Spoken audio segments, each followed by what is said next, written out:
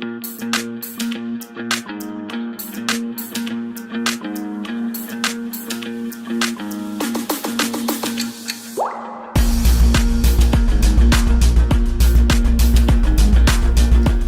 style est une manière de s'exprimer sans parler. Vous êtes d'accord? Mesdames, Messieurs, chers téléspectateurs, prenez place et bienvenue à ce tout premier numéro de Mode Style. Maintenant, place à la rubrique Tendance. On y va.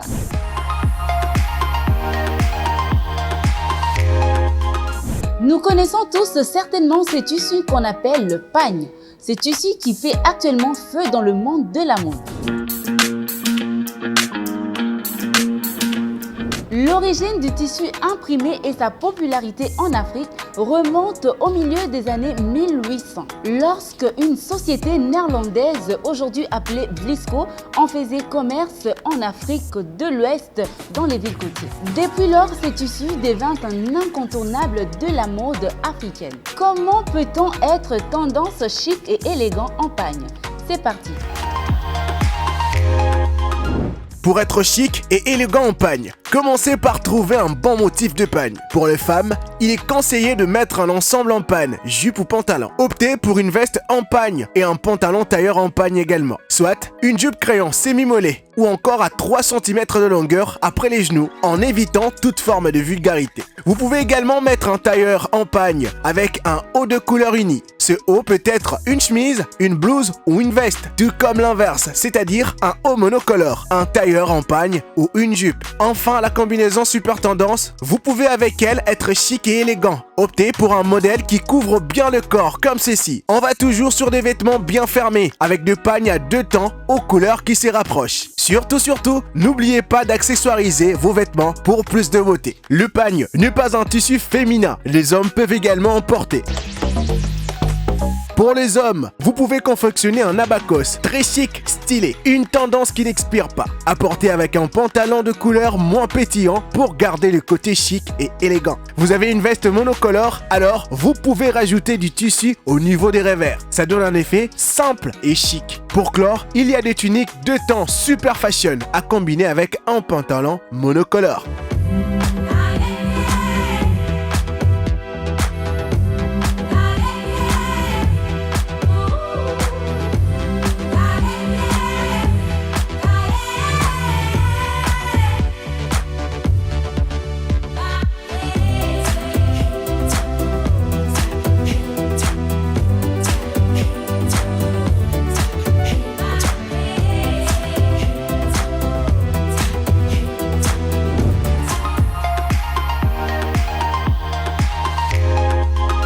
Les Birkin d'Hermès est le sac le plus cher au monde. Sur le marché des secondes mains, le prix commence à partir de 5 000 € pour un sac standard de bonne qualité et s'élève à plus de 100 000 € pour le modèle le plus rare. Nous devons dire que les Birkin est plus qu'un simple sac. C'est une œuvre d'art en tant que maison de mode Hermès et fière de défendre l'artisanat. Birkin est fabriqué par un seul artisan du début à la fin dans l'un de ses ateliers spécialisés. Un processus qui prend environ 40 heures de travail au total. Alors pour 2023, Hermès nous a proposé les Birkin 30 en cuir Togo Gold. Ces sacs emblématiques et neufs est un véritable bijou de la maroquinerie de luxe fabriqué avec le cuir de la plus haute qualité. Il offre une durabilité exceptionnelle et un style intemporel. Ce sac Hermès Birkin 30 est un véritable joyau de mode, recherché par les connaisseurs du monde entier. Son design emblématique et sa finition impeccable en font un accessoire incontournable pour compléter votre tenue avec style. Avec sa taille pratique, il est idéal pour transporter vos essentiels quotidiens. En tant que sac Hermès authentique, il est livré avec tous les éléments distincts de la marque, y compris les coutures impeccables, les fermetures en métal de qualité et le célèbre cadenas Hermès.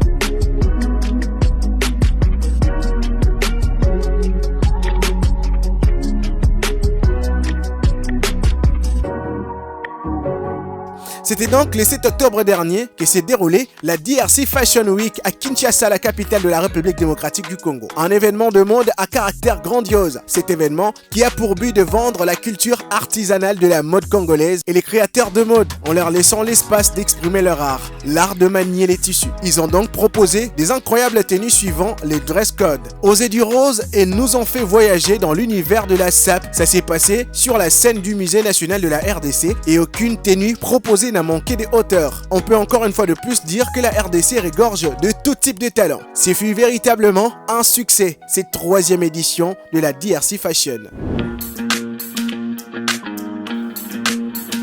La question se pose, est-ce que le pagne est uniquement pour la confection des vêtements? Alors là, non. On peut utiliser le pagne de diverses manières. Je cite la création de chaussures, talons, baskets, souliers, claquettes, babouches.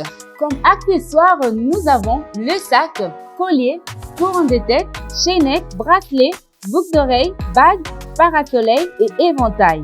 Également pour la décoration intérieure, nous avons des canapés en pagne, des coussins décoratifs, des couvertures, des rideaux, les nappes de table, les sous-plats de table, chaises, paillasons, tapis et tant d'autres choses.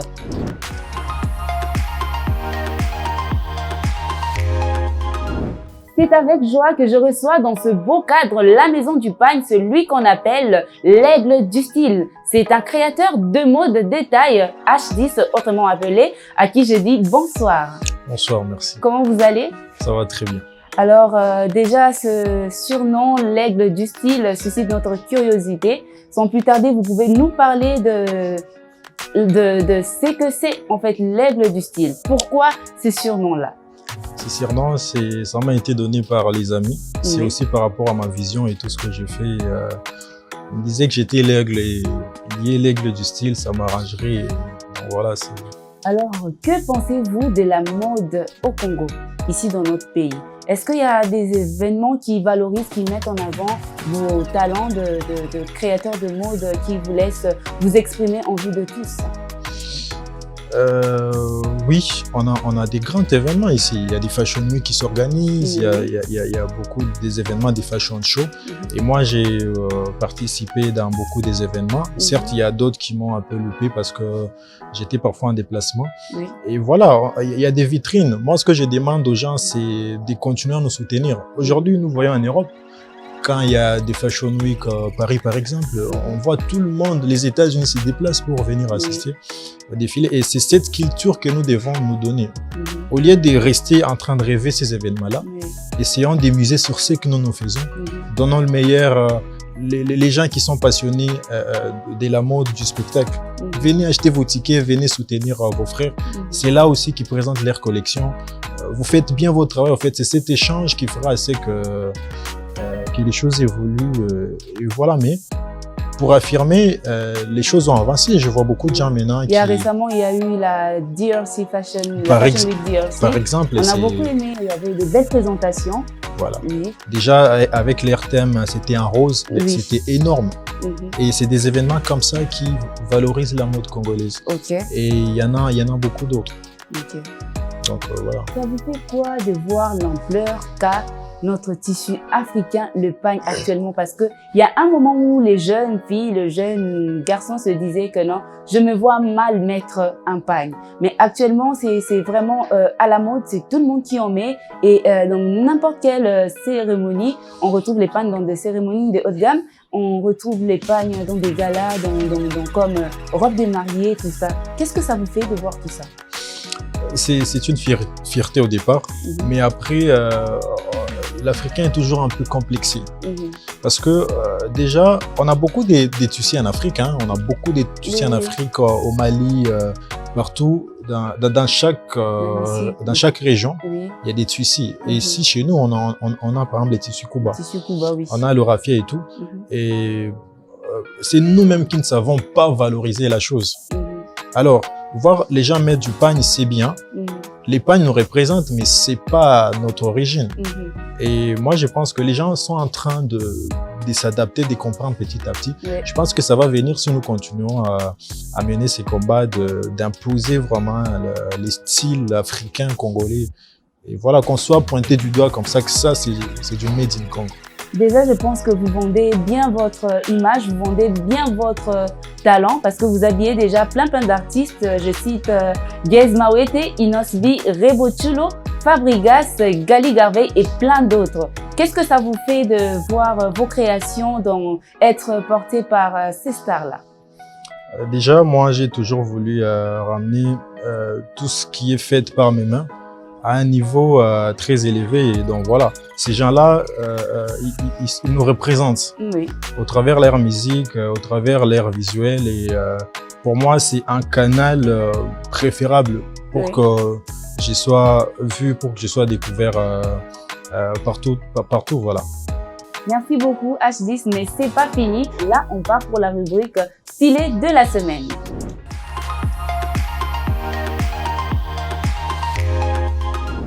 Niska à la 5e position parce qu'il a un pantalon déchiré qui est actuellement la tendance et un short un peu oversize. Alors à la 4e place pour Moïse Mbie, le pasteur, il est un classique et ça mérite cette place. À la 3e place, on retrouve le pasteur Mike Alambai avec son gilet typiquement africain, c'est du nouveau, avec une chemise toute blanche. La 3e place, ça le mérite. Et à la 2e place, on retrouve bien évidemment Ferregola. Il est dans son ensemble bleu avec des lignes, avec des baskets tout récents, sortis en 2022. C'est la 2e place, ça le va très très bien. Et le winner de ces classements est bien évidemment Fally Ipupa. Il est en oversize avec sa tenue de la nouvelle collection de Balmain 2022-2023. Donc, c'est Fally Ipupa le numéro 1 et ça se mérite. Et voilà, chers téléspectateurs, nous arrivons à la fin de cette émission. Alors, nous ne pouvons pas clôturer cette émission sans saluer ce beau cadre qui nous accueille, la Maison du Pagne original. Grand merci à vous, chers téléspectateurs, de nous suivre encore et toujours. On se dit à très bientôt. Bye bye.